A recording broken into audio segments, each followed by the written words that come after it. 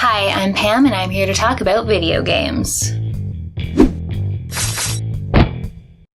Today, as the new generation of Xbox consoles are about to release, I'm starting a new series recommending games that I think you should check out on Game Pass. I think Game Pass is a great service that, for a monthly subscription fee, lets me try out a whole bunch of games that I might not have played otherwise. However, with so many games on the service, it can be tough to decide what's worth playing. So here are 7 games that I really enjoyed that I think you should check out. They can all be played on either an Xbox One, a Series S, or a Series X, or on PC, and are available as of November 2020. It's been a stressful time for a lot of people, and I'm sure many could use a distraction with a game that is charming, thoughtful, and full of diversions. Spiritfarer by Thunder Lotus Games is a lovely combination of all kinds of genres. It's a story-heavy management sim, along the lines of an Animal Crossing, but also has some really fun platforming and exploration. You play Stella, whose job it is to ferry the spirits of the deceased to the afterlife. But no one's ready to move on right away, so you need to help them complete their unfinished business. While you do this, you sail the seas and build up your boat to provide everything you need. You can garden, fish, smelt metal, and obtain lumber in order to upgrade your boat so you can build more and travel to new areas. There's never a lack of things to do, but it doesn't all feel like chores like I find in many games of this type. As you play, you find and explore new locations and find new characters to ferry. You not only get upgrades for your boat, but also new movement abilities for yourself.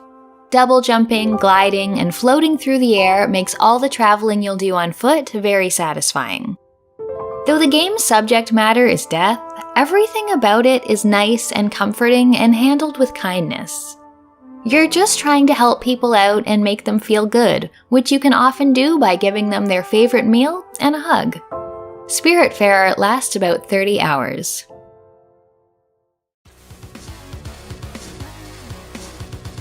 Maybe you're not looking for a nice game, though. Maybe you just want to shoot some aliens in the face. Xeno Crisis by Bitmap Bureau is a twin-stick arena shooter where you need to confront an alien threat in some very hostile environments. This pixelated 16-bit shooter will have you mowing down thousands of alien enemies in 7 distinct areas. It lets you play with a host of different weapons like grenades, rocket launchers, and chain guns.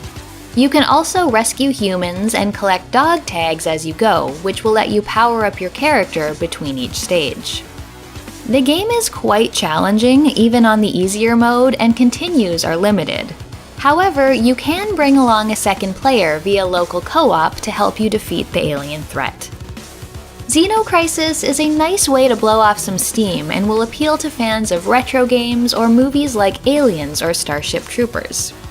It's only a few hours long, but there are a couple different game modes to try out.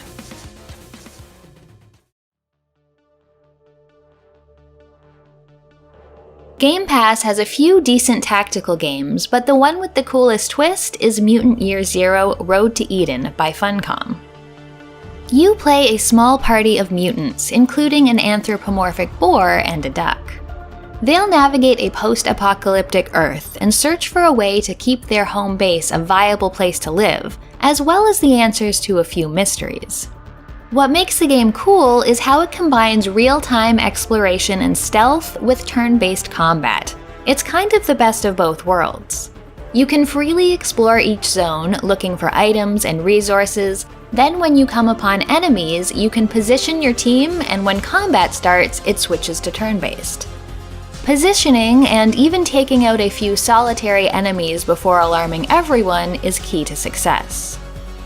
The environments are great to explore and often house little side stories, and each character has some very interesting combat abilities to choose from as they level up.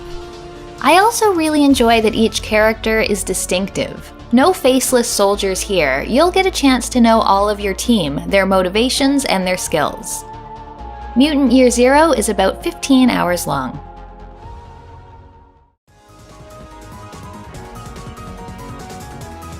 Can't let a list go by without a good Metroidvania.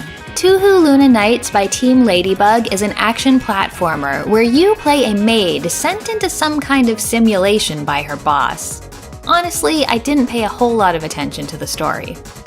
The mechanics of this are unique. Sakuya attacks by throwing knives at her enemies and gets the ability to manipulate time. This opens up a lot of options for environmental puzzle solving. As you explore, you'll find objects, indicated by their color, that react differently to your time stop ability. Some will stop moving, some will start moving, and some will go backwards. You need to use this information to figure out how to open the path forward. But the best part of the game is undoubtedly the boss fights. They also function as puzzles. You'll need to figure out the best times to use your time stop, which is limited, in order to avoid bullet hell-like projectiles or put out the most damage on the boss. It also has a really cool mechanic called graze. Your abilities cost mana, and you can get it back faster by grazing an enemy and getting uncomfortably close to it. These two things make for some fantastic fights where the strategy is just as fun as the execution. The main story is only about 6 or so hours long, but there's more to do after you beat the game.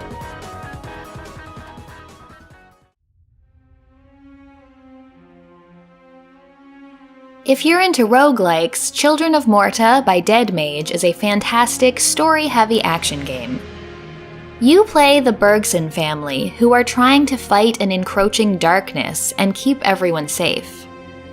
While you start out playing as the family's patriarch, you gain access to new family members to play as you progress, eventually being able to choose from 7 characters, all with different weapons and playstyles. You get to choose which one to delve into the dungeons with on each run. If you prefer ranged combat, there's an archer and a mage, or you can go sword and board, or maybe just wield a huge hammer. The game plays very similarly to Diablo, a top-down hack-and-slash style action with a fair bit of loot dropping from enemies. Each run, you'll fight monsters, collect power-ups, find quests, gain XP, and get as far as you can. Between runs, you'll learn more about the story and get to enjoy the game's beautiful pixel art.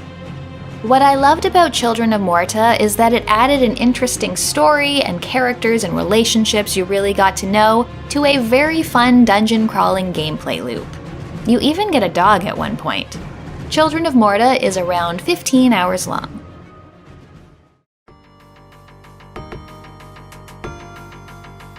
There's something fascinating about a good pinball table. The lights, the sounds. It's not always easy to capture in a video game, but Demon's Tilt by Wizenwar manages to pull it off, doing some things you just couldn't do with a physical table. Clearly influenced by the Crush pinball series, this game features a 3-tiered table, full of bonuses to collect and monsters and demons to slay. Though the game only has the one table, it's full of secrets and surprises and will take a lot to master. The visual effects are top tier and relentless. The music is a great combination of metal and synth, and is cleverly titled with tracks like For Whom the Ball Rolls. Demon's Tilt is a great way to spend a free 20 minutes, or sink more time into it and chase those high scores.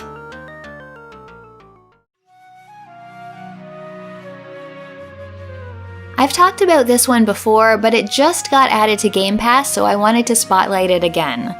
Another game that is chill, relaxing, and just plain nice is Eastshade by Eastshade Studios. You play a traveling artist. Your mother has recently passed away, and her last wish was for you to go on a journey to paint her favorite places. Along the way, you meet characters who need your help, explore a beautiful land, and find many sources of inspiration. It's a first-person, open-world exploration game, but one completely without violence.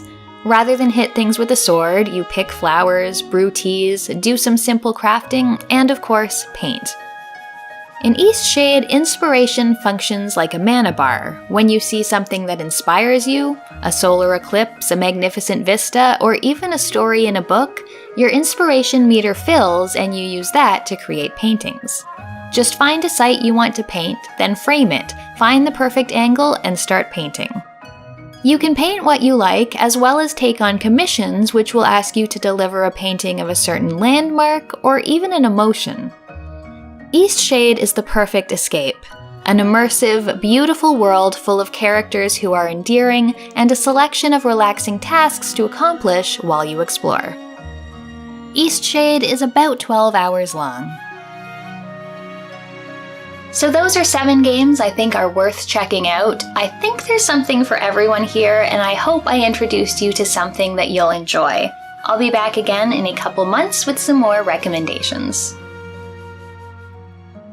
If you want to see more, check out my full review of Eastshade, or another of my videos. I have a Patreon if you want to support the channel. Thanks for watching, and I'll see you next time.